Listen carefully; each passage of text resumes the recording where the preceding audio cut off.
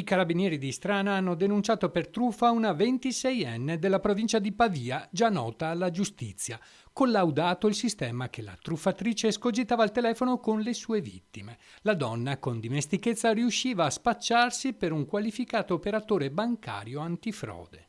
Ogni volta riusciva, dopo aver mandato dei falsi messaggi SMS camuffati come fossero quelli della banca, a carpire illecitamente le credenziali bancarie delle sue vittime, fino a giungere all'ultimo tassello con una chiamata che appariva sul display con il numero identico dell'istituto bancario delle persone da truffare.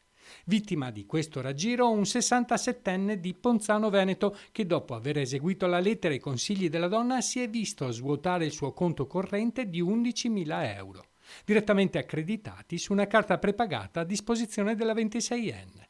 Dopo la denuncia, gli uomini dell'Arma sono però riusciti a identificarla.